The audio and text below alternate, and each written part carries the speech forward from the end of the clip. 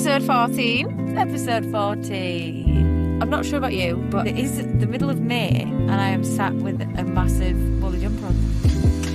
Yeah, I've got the heating on actually, and you're right, mid-May. By the way, today's my dad and stepmom's 25th wedding anniversary, silver.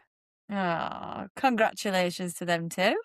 Yeah, absolutely congrats to them. I was going to ask if you were a flower girl or like a bridesmaid. I was bridesmaid, yeah. My thank you card said thank you for being the prettiest bridesmaid, so that's pretty important role for me, being the prettiest. Of all the bridesmaids. Yeah. That is an unbelievable achievement though. 25 years. Yeah, it really is. Quarter of a century. Quarter of Sir David Attenborough's life they've been married. Nice little jump link there. I like that a lot. Thank you. But yeah, agreed on the temperature. It's really great and it's really miserable here. So we meet with Helen this episode, who is a senior lecturer at Edge Hill University, and she works with trainee teachers. Yes, and we met at the ASE conference, didn't we? Yeah, and I know I say it in the episode, but the introduction with Helen was one of my favourite moments because we were stood on a twinkle stall and she said, "Excuse me, is everything you do research informed?" Straight to the point. You know, I'm all about being direct. I do agree. And as soon as we started chatting to her, we all got on really, really well, didn't we? And you can tell that within the episode because we chatted for hours, I think. It was a long edit. Because we always like to edit it down, capture all the best moments, but we did chat and chat. Look who's joined us. Hello. Look. Want to see empty Sarah? Hi, little boy. If you didn't know, we've got some exciting news. We now have a new co-host.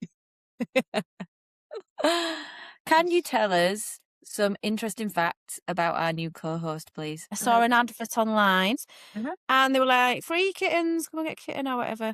So I walked in and she said, "Oh, you'll want to take this one. He's really loving. This cat sits on my head in my sleep. As you can see, he infiltrates work meetings, podcast filming." Look at him.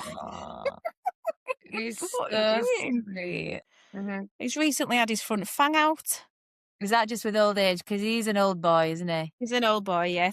So Helen brings a lot of her own lived experiences to the episode, which I think is really valuable.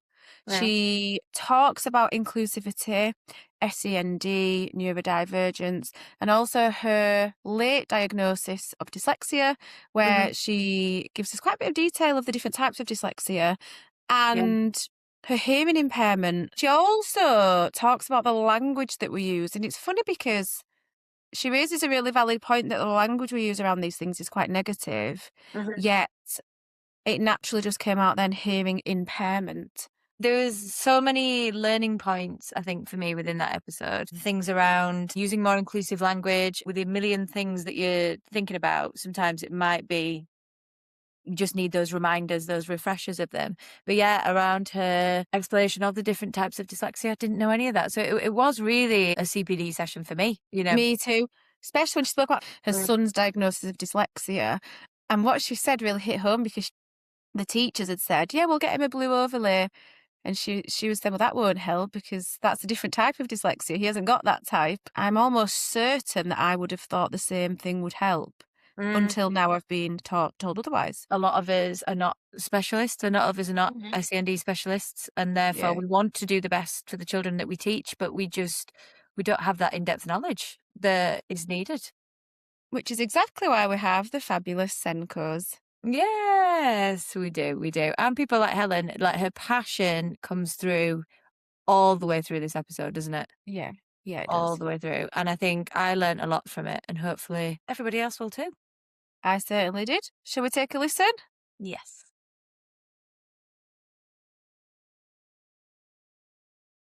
Hello and welcome back to STEM Conversations, a podcast created to share stories, ideas and experiences shaping science, technology, engineering and maths. I'm Sarah, and I'm joined by my co-host Ash. Today we are joined by Helen Maddison Neill. Helen is a senior lecturer in primary education at Edge Hill University, where she also leads on inclusion within the primary education department. Her work focuses on SEND, neurodiversity, mental health and well-being, resilience in primary age children, and widening participation in education.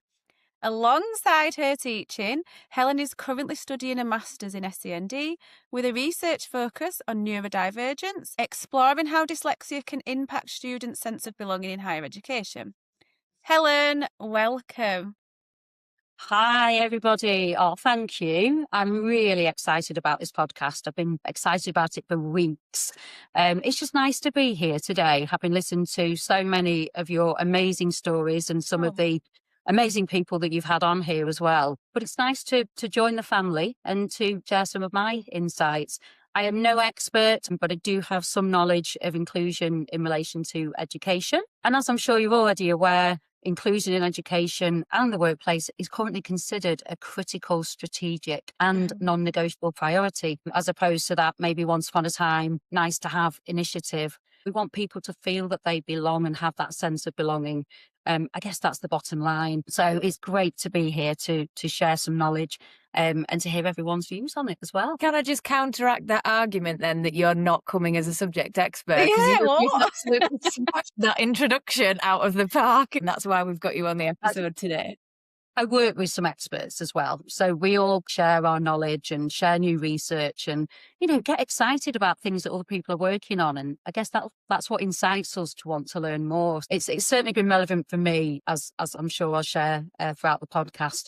Being neurodivergent myself and being born with a hearing impairment, it's at the heart of everything I do, and it's everything that I advocate for our students and obviously the children that I used to teach when I was a primary school teacher. I think it's a good time for us to let our listeners know how we met. Speaking of research, you approached Sarah and I at a conference and you said, "Excuse me, is everything you do research informed?" And that was your first sentence to us. And from there, the relationship blossomed, and here we are. You know what, Ash, it absolutely did, because I guess within the work that I do, I'm very mindful of even talking to senior people with who I work with about everything being backed up with evidence, everything being research informed. And so with that in mind, I've used Twinkle for many years as a primary practitioner and started to use that obviously in my new role when I moved on to Edge Hill. And for me, it was about, let's see where you guys are going, where you're heading. You're here for a reason, you're here for a purpose. You look like you know your stuff. And I'm sorry I didn't do the how are you bit first, but what you both actually told me resonated with some of my own practice, and it made me think, this is brilliant. It was a wonderful conference and there were so many people there sharing all their knowledge and enthusiastically so. Fab. It was a strong start. Today we're going to be exploring what inclusion looks like in education. We're talking about neurodiversity, dyslexia, mental health and inclusion. I'm going to be looking at how educators can create environments where more people feel like they belong. But before all those really big themes, we always like to start with a bit of an easier one, just to settle us in. What have you been working on recently and what's exciting you most right now? Well, I'm currently working on quite a few different projects. In the first instance, I'll talk about the work I'm doing with some of the experts in our department. We're looking currently at the language used around conditions and challenges which our students bring to the university. I think for a long time now, we've started to think along the lines of things like a deficit, a disorder, impairments, even using the word challenge sometimes. A challenge for what? A challenge for who? A lot is centred around that. I think in particular as well, for our year one cohort that we're currently working with, we have a wonderful SEND module that we teach. And within that, we're using a lot of these new terms so that they're starting on the right footing. What we know is that 20% of the population have those challenges. But these differences mean that they're not necessarily seen as neurotypical, and they might be diagnosed with neurological conditions such as autism, ADHD, dyslexia, dyspraxia, etc. And what we're trying to do is focusing and celebrating these differences. We need to focus on that positive. Why are you here? What are you bringing to us? I know myself that I personally thrive on structure, routine, discipline, knowing what's come ahead of me, because the rest of my own, my nerves, it suppresses them.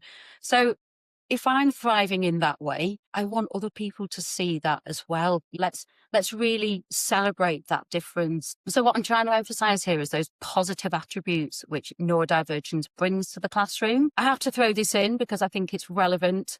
But at Edge Hill, we did achieve outstanding in our Ofsted, in our Ofsted, yes, in March 2024. Well done. And we had, as a faculty, spent a lot of time over the course of the years, making things better, improving life chances for our students, improving the validity of the course, of the programme, but most importantly, aligning it to the classroom. I've been out of the primary classroom now for 4 years, and although I go in and obviously I'm assessing students and working with them, I see difference. I see difference in those children.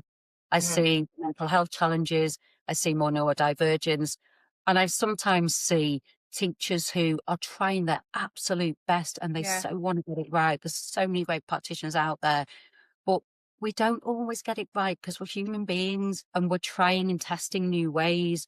So within our programs, we are giving our students that expertise, guidance, that knowledge. We're giving them opportunities to go out to our schools and work with those children. We have ITAPS, which is intense training and practice, where children are brought into Edge Hill in small groups and our students focus on a particular aspect, like behaviour management, for example, and practice in a safe environment with the children. And again, we see difference because we have these different pathways now of support. We are educating our students for the real classroom that is out there, not what it was once upon a time. I stumbled across a really timely quote, just to summarise some of what I've said already. And it's around a concept of inclusion in relation to how we describe students' individual challenges, most importantly, stressing that neurodiversity is just the concept that brain differences are natural variations. They're not deficits, they're not disorders, they're not impairments. It's just how we are wired. And I would advocate and encourage anybody to say, look, my brain's wired a little bit differently. I've got dyslexia. What that actually means in reality is I need to learn like this, or I might have a few challenges around this particular aspect. So the way in which you could help me, if you're okay with that, is to use these strategies that have worked in the past. And it's just about sharing how we are and how we work. While you were speaking about the language around a lot of this, I was reminiscing about when I was in the classroom, and the more established teachers often would think that going to CPD might not be a productive use of their time because things just come back around and they've heard it before. But actually, this is why it's so important, because you might see the title of a session on SEND, and you might think, oh, I've been in 100 of these. But actually, this one is showing how much has changed and the fact that we could be thinking about the language that we're using and that the statistics have changed. Yeah, no, actually, absolutely bang on there, because it's exactly that. It's, I've been in a lot of these before. I think I know most of it. Can't really see that I'm going to learn anything that's going to change my life. So I'll crack on and do some marking instead and plan for tomorrow. Actually, you don't know until you go. Occasionally, sometimes you go to these things, don't you? And you listen to things and think, actually, I've just consolidated my knowledge. So that's a good thing. So I can part what I know, and the small bit that I didn't, I can focus on that now. I don't believe that we ever know everything. Never in a lifetime am I going to know everything. Even if I do think I'm well prepped up, there's always going to be new things to learn. And I guess that's why we have the beauty of research. Everybody, for me, it's about socialising and normalising conditions as well. There's nothing worse. I'll draw from my own experience here. So 2 years ago, I was diagnosed with dyslexia, and it came as a shock. Why? Because I'd done some Senko work in school. I'd spent life advocating for children. I could see it. I couldn't see it in myself. And guess, I didn't get all A's in my GCSEs by any stretch of the imagination. I did all right, but I got A's in my English language and English lit. So how would anybody have thought I was dyslexic? That only kind of came to light when I moved to university and I was asked if I would do some further study. And when I reached, it's called a PG cert, so it's a qualification to qualify you to teach in higher education. I started to wonder why everything was taking me so long. I'm still reading. I haven't actually written anything yet. Should I be here? Perhaps I'm not in the right job. You know, you still got those inner self-doubts. And I spoke to my personal academic tutor and I explored that with her, and she said, absolutely, you should be here, and made me feel better. But I just don't get why everything's taken me so long. And she said, have you ever thought, maybe you could be dyslexic? And it was all like treading on eggshells, which for me didn't need to be. And I said, oh, me? No, I actually hadn't. So long story short, I went to the learning services, I had my assessment, and it came back that I had one of the 7 types of dyslexia, which is phonological dyslexia. It was such a cathartic moment because it made me think that is why, but it also had the adverse effect for a period of time of me thinking, great, well, I've got a hearing impairment, what, this as well? Oh, why do I have to have two things that are more challenging for me? So it made me not want to do things that I'd normally do. Another example as well, when I talk about socializing, normalizing conditions, and again, I'll draw from my own lived experience, is when I first joined the university, I wasn't great at advocating for myself, my hearing impairment. So I was born with a hearing impairment. It was diagnosed when I was 3 because I had delayed speech and language development. I've never stopped talking since. For a long time, I just wasn't comfortable wearing a hearing aid. I had that, what's that in your ear? Why? Oh, right, people staring. It made me think, I'm highlighted here as being different and I don't want to be different. I want to be part of normality, whatever that is. But when I came to university, I suppose that I grew in confidence in thinking, if I need something, I just need to ask. I'm sure people will help me. So I was heading off to a mental health conference, and I'd noticed in somebody's office that there's a little black box with a yellow sticker of an ear crossed out. And I just asked what that was. And she said, oh, I wear a hearing aid. So I take this to conferences. It's like a mobile loop system. And I put it on the tables as a loop system so I can hear. Wow, where'd you get that from? So I got myself one. I took it to the first conference, was really excited, my new device, put it on the table, all prepped up, ready. Nobody sat with me.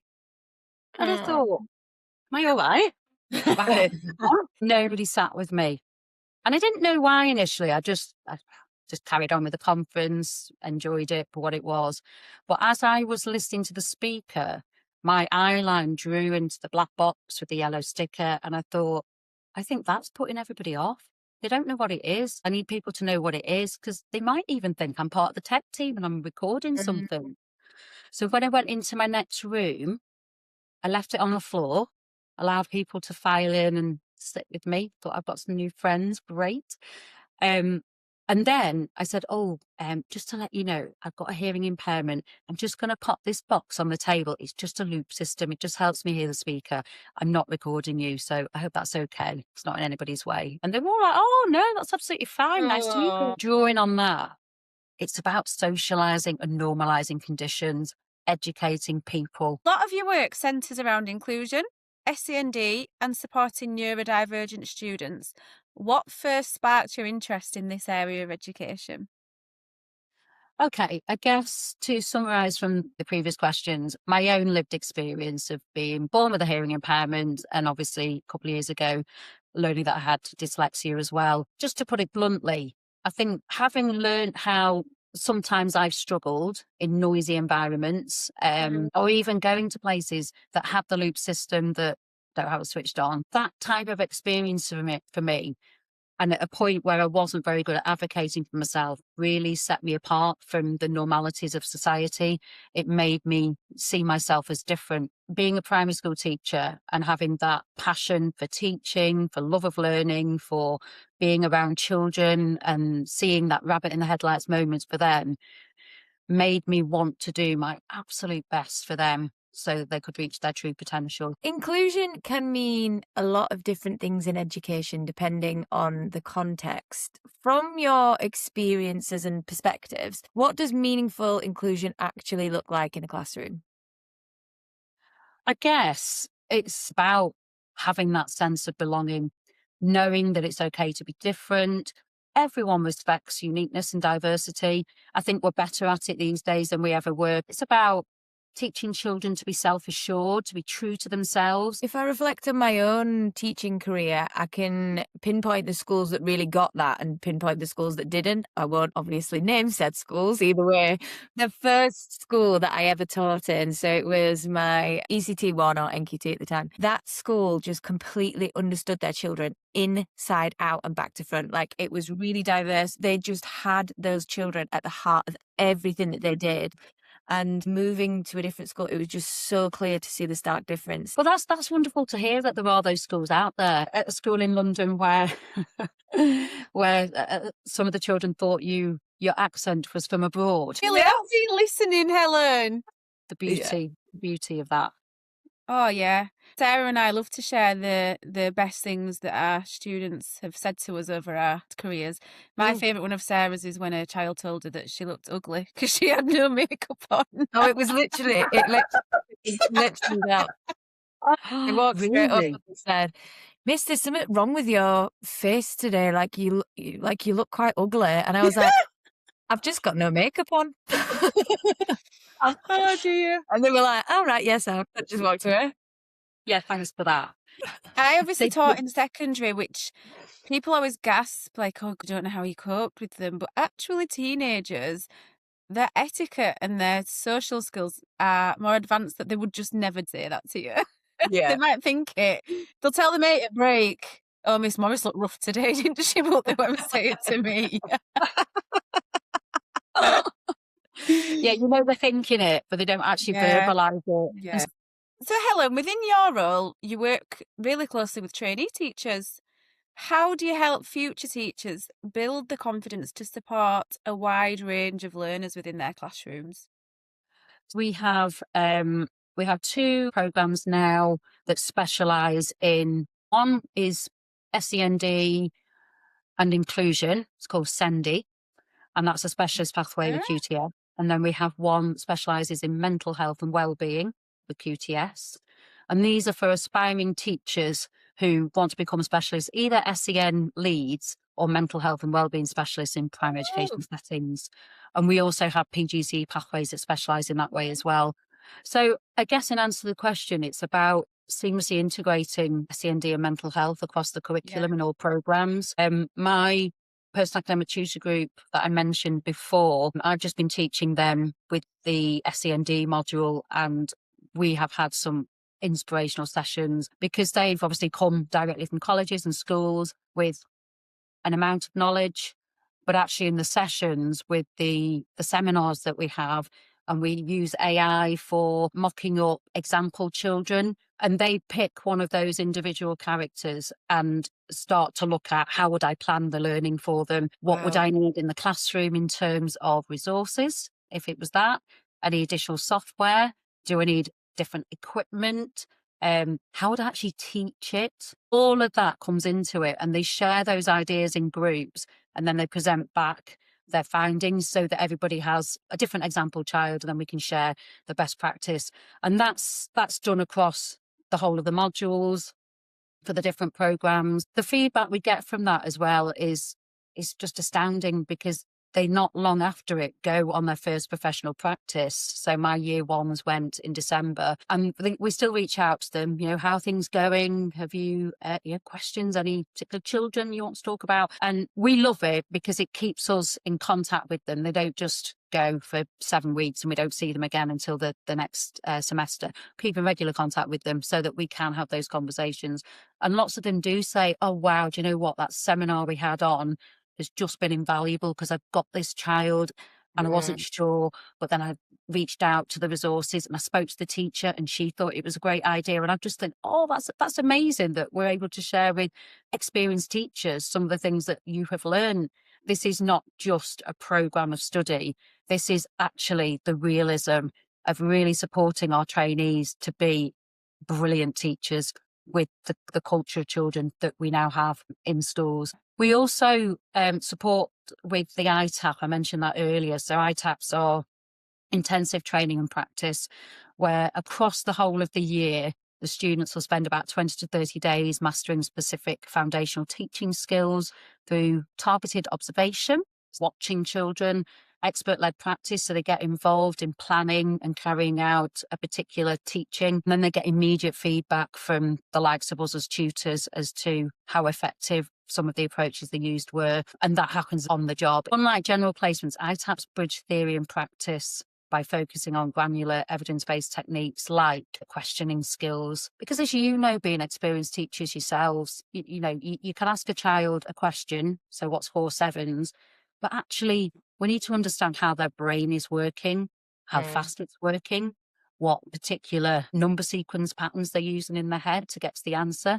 And we might want to share that across the room, because sometimes we do work in different ways. Or it might be a classroom routine. It might be behaviour management. So they might be exploring that. In supporting our teachers in our partnership schools as well, I've talked a lot about what we do with our current students. A number of years ago, it was my previous head of department, Jonathan Glazzard, who is just so inspirational. He's written many books on teacher education. He focuses quite heavily in inclusion, LGBTQ plus teacher education. He said, Helen, how are we reassured that our teachers in schools know how to be and how to support our neurodivergent students? And of course, I came back with my usual, well, Jonathan, currently we're doing X, Y, and Z. But then afterwards I said, I think we can do more. You're absolutely right. It's a really good question. I think we can do more. So it wasn't necessarily a part of my role at that point, but I made it a part of my role. And I grafted in some of my expert colleagues, had a little chat. Why don't we set this as a little project together? What it boiled down to in the end was having some strategic supportive training units for the most common neurodivergent conditions, so dyslexia, dyspraxia, dyscalculia, ADHD and autism.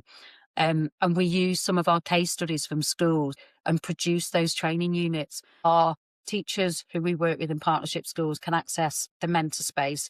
I think it's amazing. If I reflect back on my own initial teacher training, the SEND modules were really, really short. I just remember going into a special school for around a week, and I think that was a lot of observation and potentially teaching a small group, and that was it. And when you are starting your career as an ECT, suddenly you're thinking, well, I haven't got a clue about all of the different, all of the different needs that these children may have. I'm not managing their needs. I know I'm not, but I don't know what to do. Absolutely. You talk from such valuable, rich experience there, Sarah, because that is exactly the crisis, that you haven't been given the tools to do the job.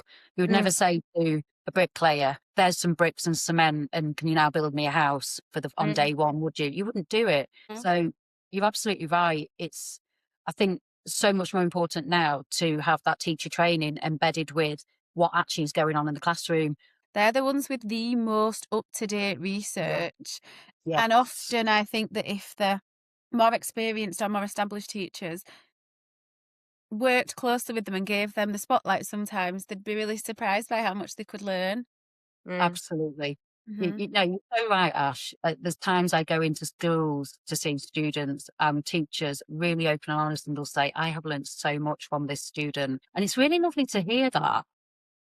And I do hear that quite often, which is nice, because it makes you feel that our students are giving something back as much as we're there in a wonderful placement experience and the teachers giving a wealth of their time.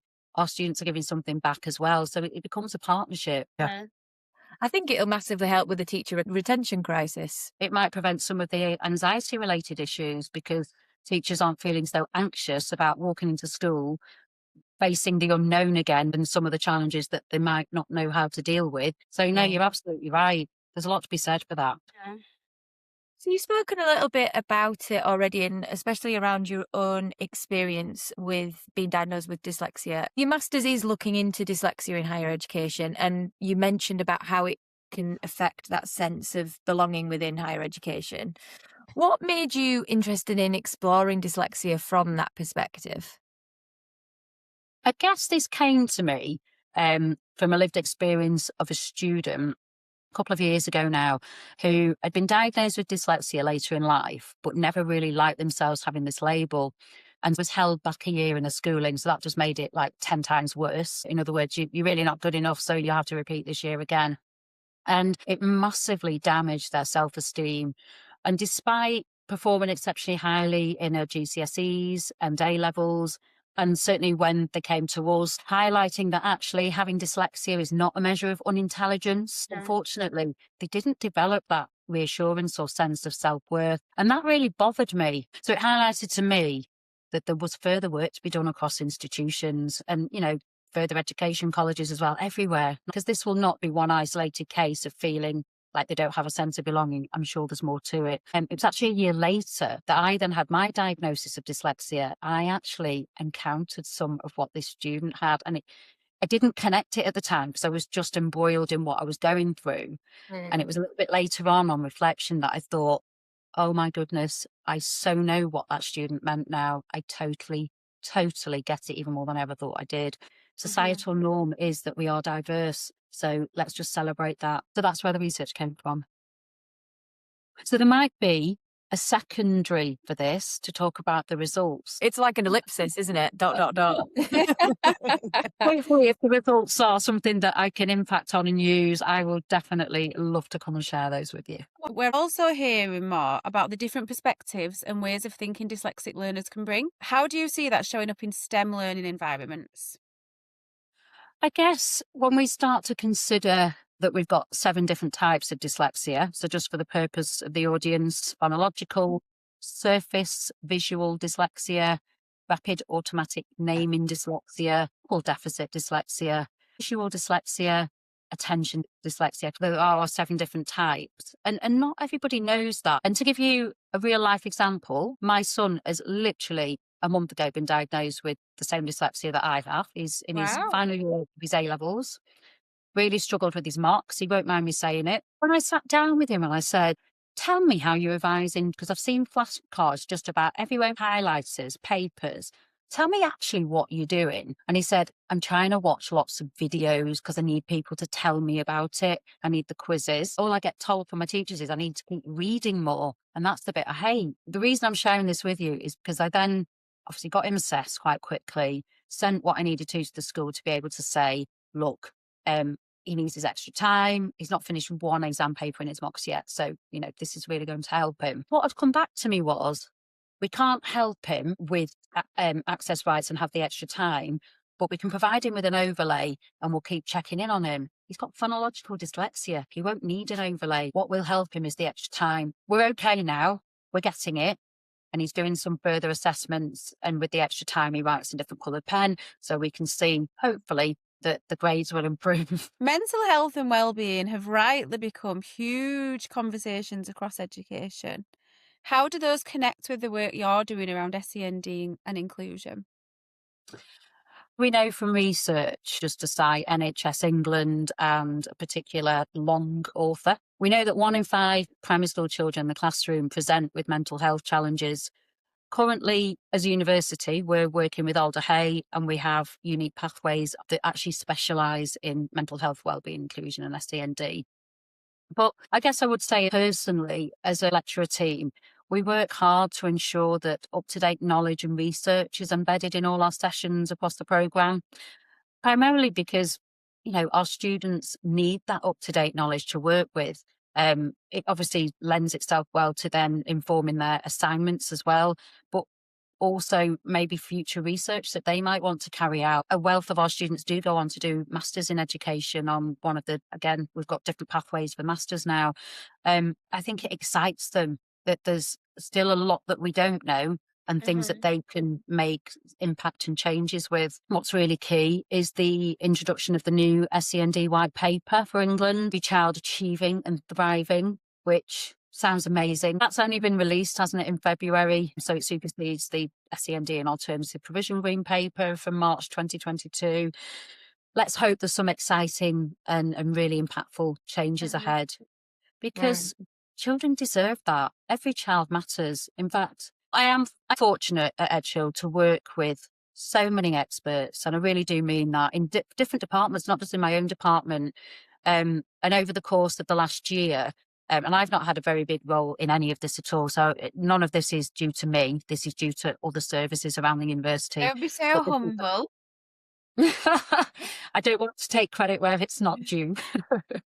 I have trialed the system, so I can talk about that bit, but I haven't actually had much impact on it at all. It's called Edgewell 24/7, and it's basically a system for our students, supporting them 24 hours a day, 7 days a week. It's great. If a student gets to that point of recognizing there is an issue surrounding their mental health, for example, what are they going to do to reach out? Are they going to pick the phone up? Do they want a phone call? Do they want a Teams call? Do they want to just send an email? And this system gives them an option. They can choose how they want to reach out. They know that there's a wealth of ways of accessing it, and they know they're going to get immediate help from counsellors at the other side of the phone or the Teams call, however they choose to operate it. We also have a staff system, which I have trialled over the course of time in a similar way. It's called a Wisdom app that we've got on our phones. We are STEM conversations. I am going to put a little bit of a STEM lens on a question here. How can educators make STEM teaching more accessible for students with different learning needs? What springs to mind there straight away, Sarah, is learning outside the classroom massively. And I know that's not the only thing, but research demonstrates that when children learn outdoors, they're at one with nature, they feel calmer, anxiety can be suppressed. It's such a powerful tool that is proven to raise attainment. It also contributes to the health and well-being of children and young people just generally. Many experts actually believe that children are becoming disassociated from the natural world. So to actually take them outdoors in that green space where they might not have that choice at home, they might be living in high-rise flats, they might not have a garden, they might not live close to a park, they might not have people who take them there anyway due to time pressures, work commitments, or just not knowing how to. And, you know, we've all experienced that in our own classrooms with, you know, the children that we've taught. Even from research, we know that Louvre 2005 refers to a nature deficit disorder, that we're living in the times where perhaps we're not doing enough of that. You know, we know ourselves technology is prevalent, isn't it? Children come home from school, get on the tablets, watch the TV. All of those things are taking us away from that green space, which in the most part is free. We also know that Bolton 2020 describes currently a generation of children who are growing up in an indoor world, being just totally disconnected from the outdoors. You know, the beach, it doesn't even have to be green space, the beach. It could be just a local area where they're chatting with the friends. But learning outside the classroom addresses that educational inequality. It remotivates children as well who don't thrive in the traditional classroom environment. I didn't realise how indoor the generation is until my cousin and I took her daughter out at the weekend. It was really, really muddy, but we had the best time. And my cousin at one point turned to her daughter and said, "See, this is what we used to do when we were 15, you know, amongst other things, that we're all outside." But no, you're absolutely right, Ash. That's the generation, and it's about making those changes. And as you said, giving them that one-off experience that you've made really good fun will instill in her mind, actually, I want to do that again because we had such a great time. Sometimes it just has to be that once. For any educators listening who want to support neurodiverse students but might feel a bit unsure on where to start, what are some small things that can make a big difference? Listen to the person, listen to the child. Don't make a judgment. Don't pity. I think that's probably one of the worst things you can do. Be educated by the individual and try and understand yourself how those reasonable adjustments can make such a big difference. Often through very small, simplistic changes. This whole conversation, it's a really weird feeling. Like, it has made me really miss being in the classroom. This specific conversation today has made me really miss it. It's kind of made me think about all the children that I've taught over the years. Do you know what, Sarah and Ash? I couldn't agree more. Even as I've been talking about it, I've started to think, I wish I could just go back in and practice what I preach. I feel that the trouble is, it's like catch-22, because were we in the classroom, we then wouldn't have the time to put into all the research and the evidence and the conversations and the collaborations, because teaching is such a demanding job. You can't do both well. It absolutely is. I have seen, best practice, and I have seen some teachers do this particularly well. But they're exhausted by the end of the day. Yeah. Because you're role playing, aren't you? I only left the classroom a couple of years ago, and I found that the needs of the students were so much greater. I had so many more students in front of me that had a one-page profile with instructions on their specific needs, and I physically couldn't do everything for everyone on my own when I had 33 students with Bunsen burners. Yeah, it's inevitable that we're not going to get it right all the time. And sometimes it might be I'm going to have to focus on this child a bit more this week. Whereas perhaps in another week, you focus more on somebody else, because you're a human being, you're not a robot. You've only got one pair of eyes and one pair of hands. So to end our conversation, we like to give listeners one key takeaway from each episode. So what's one idea, perspective, or piece of advice that you'd love them to carry with them after this conversation? I would like to encourage listeners to view neurodivergence and other variations in human experience as expressions of natural diversity. That's what it is. It's natural diversity. It's how we are made. Recognizing and valuing the strengths associated with these differences, which, as we all know, can enrich educational and professional environments by highlighting the unique perspectives and the capabilities that those individuals can bring. So it's all about their strength of character, the way in which they do things so creatively, for example. Because otherwise, if we start to look at it in the other language that we've touched on, that can become problematic. We start to use deficit-orientated language in educational settings. When we start to use the negative language, we're unintentionally framing neurodivergence in a negative or very limiting way. And what we need to think of is that there is value in reframing these perspectives so that we're recognising the strengths, the potential, for example, by considering how a learner with dyslexia may thrive through different learning approaches, or how a learner with ADHD may demonstrate creativity, energy, engagement, etc. So we're shifting the language that we use. Educators can then avoid stereotyping as well, or categorising learners in deficit-based terms. So changing those stereotypes, seeing that talent. You could be the one teacher or tutor who might inspire a child to be the best that they can be, to have a seat at the table, to prove their talent and abilities, because you've shown that you believed in them. And that's so lovely when a child experiences that. You were saying that and you were talking about bringing a chair to the table. I was trying to find this quote that I read the other day that I absolutely loved, and I'm going to do it a really bad disservice now. But I read this quote online the other day and it said, "If they don't give you a seat at the table, bring a folding chair." Hey! I love it!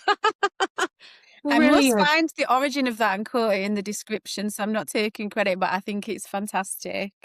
I love that. Absolutely love that. Does that work in interviews as well? So if you don't get an interview for a job, I'd be like, "You've got a job." I'd be quite impressed. I would be quite impressed. Oh, you're so nice. Thank you so much for joining us today. I've really loved hearing about your work around inclusion, neurodiversity, and supporting students to feel that sense of belonging in education. So thank you. Oh, thank you to both of you too. You've been absolutely amazing. You're such calming, reassuring individuals that have got a wealth of knowledge yourself. It's been an absolute pleasure to be sharing lived experiences, good practice, ideas from us all, which I just hope now will be helpful to our listeners so that they can use them in their own fields as we obviously support that ever-changing landscape of education. Watch this space for the September updates. Exactly that. Watch for September. And thank you to everybody listening. Don't forget to follow STEM Conversations wherever you get your podcasts, and join us next time for more stories and ideas shaping science, technology, engineering, and maths.